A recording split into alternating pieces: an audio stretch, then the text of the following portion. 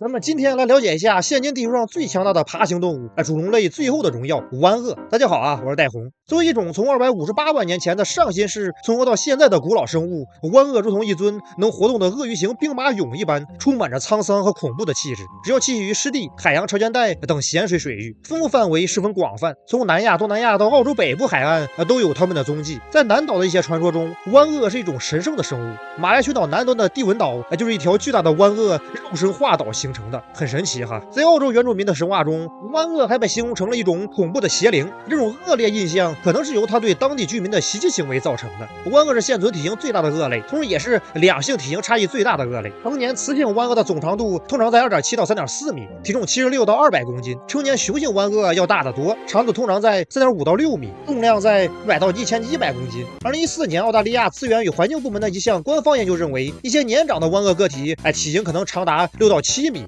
重900到2000公斤。不过，由于20世纪的大规模偷猎，大体型湾鳄现在变得极其罕见，因为鳄鱼需要很长时间才能达到巨大的体型。不过，随着种群数量的恢复，大体型湾鳄的数量正在逐渐增加。可以科学证实的最大的湾鳄头骨是法国国家自然历史博物馆收藏的标本。这个头骨底部附近宽48厘米，下颌骨长98.3厘米。据测量如果与身体分离，一只非常大的雄性湾鳄头部，单独重量就可超过200公斤。这其中包括头骨底部的大块肌肉和肌腱，正是这些肌肉让湾鳄拥有了巨大的咬合力，再配合上可长达9厘米的剃刀般的牙齿，让湾鳄成为了顶级掠食者。与大多数鳄鱼相比，湾鳄的吻部更宽一些，如同一个崎岖不平的液压钳。四肢强壮，身披椭圆形鳞片，如同一身坚固的板甲，颜色因地区和个体而异。幼年时期一般是棕色到黄棕色，有零星的黑棕色斑块，成年后体色要深得多，呈土褐色，有时候会出现一些浅棕褐色或灰色的斑块。部分成年湾鳄可能会保持相对苍白的皮肤，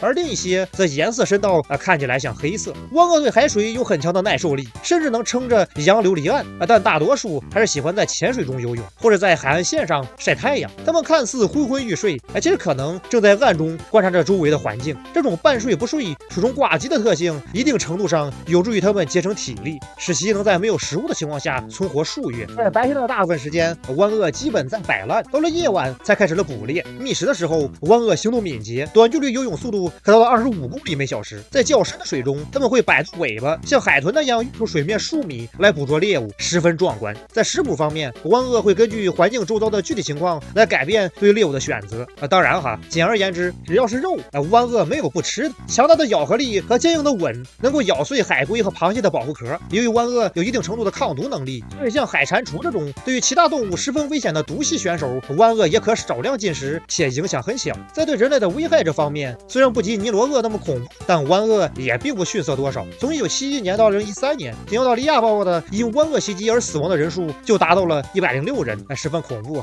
相信很多人都看过那些缺胳膊少腿的湾鳄在野外的污浊水域里依旧生龙活虎的视频。对于其他顶级猎食者来说，伤口感染和血液流失是致命的，然而对于湾鳄来说，这些仿佛都不成问题。这其中隐藏着的秘密，直到近年的科学研究才被揭开。2023年3月份，来自澳大利亚勒州伯大学的生物化学博士斯科特·威廉姆斯和生物化学教授马克·休利特在《自然通讯》上发表的最新研究显示，湾鳄拥有一种特殊的防御素 CPO-BD13，这种防御素可以有效杀死白色念珠菌，而白色念珠菌正是全世界人类真菌感染的主要原因。尽管一些植物和动物防御素先前已经被证明了对杀灭白色念珠菌有不错的效果，但 CPO-BD13背后的机制是独一无二的，因为其可以根据周围环境的 pH 值自我调节其活性。在中性 pH 值比如血液中，像这种环境下防御素没有活性，然后当它到达 pH 值较低的酸性感染部位时，防御素就会被激活，从而有助于清除感染。这也是首次在防御素中观察到这种机制。对于我们人类来说，真菌感染毫无疑问是一个棘手的问题，且不说令人抓狂的脚气问题，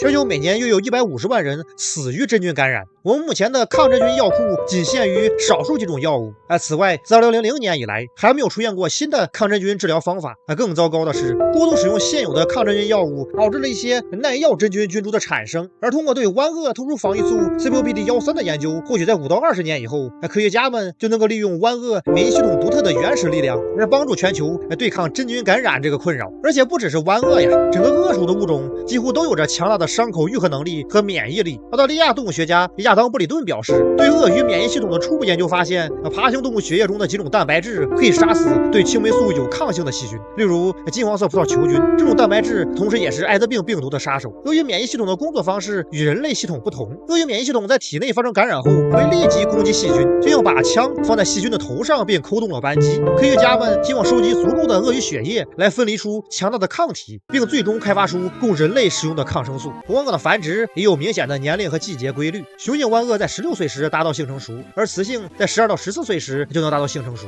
根据地区的不同，在大概每年的11月到次年的3月，雌雄双方会共同成长一番。雌性湾鳄会在水稻附近收集植物和泥土，筑起高达50厘米、直径可达2米的大土丘状巢穴，然后在其中产卵。雌性湾鳄通常一窝产下40到60颗蛋，最多能达到90颗。而产卵巢穴的温度还会决定后代的性别，较低的孵化温度主要产生雌性，较高的温度则多为雄性。小湾鳄从蛋中孵化之后，湾鳄母亲们会保护这些幼鳄约8个月。离开母亲后，幼年湾鳄会在附近逗留一段时间，大约2到3岁后才向下游迁徙，在大约12到16岁达到性成熟。野生寿命大约50到70岁，而有记载的最长寿的湾鳄来自澳大利亚的卡修斯，甚至已有120多岁的高龄，十分令人震惊哈。